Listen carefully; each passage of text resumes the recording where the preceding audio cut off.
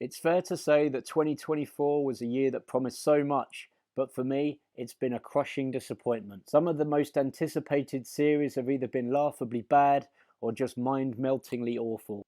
True Detective Series 4 was the final nail in a coffin of a franchise which has been wading through treacle ever since its first season. The Boys disappeared down a woke rabbit hole, and I think they must have shot the original writers given the quality of the latest series. It's certainly feasible that they shot and replaced the original cast, given that everyone in it now looks either 40 years older or just completely unrecognisable. The writers of House of the Dragon Series 2 got so bored they decided to end the series 2 episodes short, and I can't even say what I really think about The Acolyte, otherwise this video will be buried in the deepest and darkest recesses of YouTube. Given the absolute shower of defecation we have been subjected to already this year, you could be forgiven for thinking it's impossible to make well-crafted TV shows with complex characters who aren't complete fuckwits. I just about lost faith, so you can imagine my surprise that it was a little-known, gritty crime drama from Australia that rekindled my faith in storytelling. I first came across Mr Inbetween on YouTube. It was a 3-minute clip which appeared on my recommended feed. For some reason I decided to click into it, and for the next 3 minutes I was laughing my arse off before frantically trying to find the name of the show from which the clip came. Later that same evening, I started watching the first series. So was the clip a one-off fluke? Could the rest of the show live up to my now lofty expectations?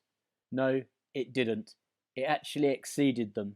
This show is fucking awesome. It's a gritty black comedy with plenty of action and some fantastic storytelling. There are 3 seasons in total, and each of them shot past in the blink of an eye. My personal favourite was Season 2, which I can't speak highly enough of. Mr Inbetween follows the life of Ray Shoesmith. There's 2 sides to Ray. On the one hand, he's a devoted father, a loving brother, and a loyal friend. He prides himself on his morals and a code of honour, but this often comes into conflict with his profession. He's a notorious criminal in Australia's underworld and a killer for hire, the magician who seemingly kills without conscience. It's fair to say that there have been lots of great and iconic series over the years, but I honestly can't think of one I have enjoyed as much as Mr Inbetween. I'm sure I might get some stick for this in the comments, but I'm going to make a case for this being one of the greatest series of all time. For me, one of the things that works so well is the unusual time format. Each episode lasts only 25 minutes, which means there's no time for any filler. There are no moments of pointless dialogue where your mind starts wandering and you find yourself scrolling through your phone. Every episode is fast-paced and gets straight into the action. There is always something happening. For example, in one episode, Ray is hired to have a not-so-polite chat with a rather unpleasant individual. He doesn't spend 30 minutes staking out the guy's house. He doesn't follow him around in his car for 2 episodes. Literally, in the next scene, he's in the guy's kitchen, complimenting him on his chefing skills. There are also no episodes which are completely pointless.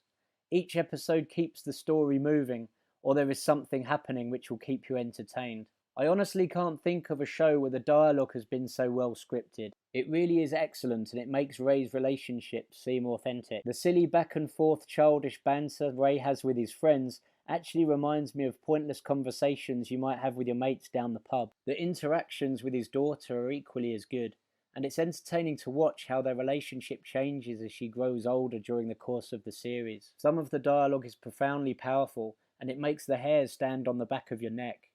Other parts are just completely heart-wrenching and make you want to burst into tears. There are also parts where the absence of dialogue completely takes your breath away. I was about 4 episodes in when I was completely hooked. I was loving it so much that I decided to recommend it to my friends. Now I consider myself a hardcore binge watcher, so I was stunned when some of my friends managed to break the laws of time and physics by somehow managing to actually overtake me. Another thing that really makes Mr Inbetween stand out as a series is that it actually ends on a high. The ending is absolutely superb and stands apart from other series I could mention. All the acting performances are brilliant, but without question, Scott Ryan, who plays Ray, is the absolute star.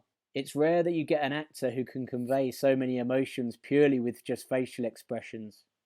Throughout the course of the show, he utilises different smiles to convey different emotions. If you see him give the sadistic smile, then you know he's either about to do something bad or is contemplating doing something really, really fucking bad.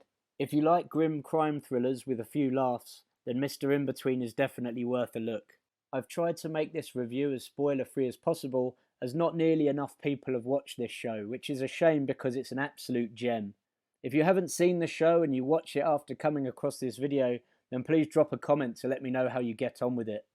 Additionally, if you've seen the show, let me know if you agree with my comments. I'll probably do a heavy spoiler video in the future to talk through my favourite parts of the show. The biggest compliment I can give Mr Inbetween is that when I finished it, it felt like I'd actually lost a friend, and something was suddenly missing from my life. Why this series hasn't got the attention it deserves, I honestly don't know. Certainly don't ask me why, because I don't answer questions.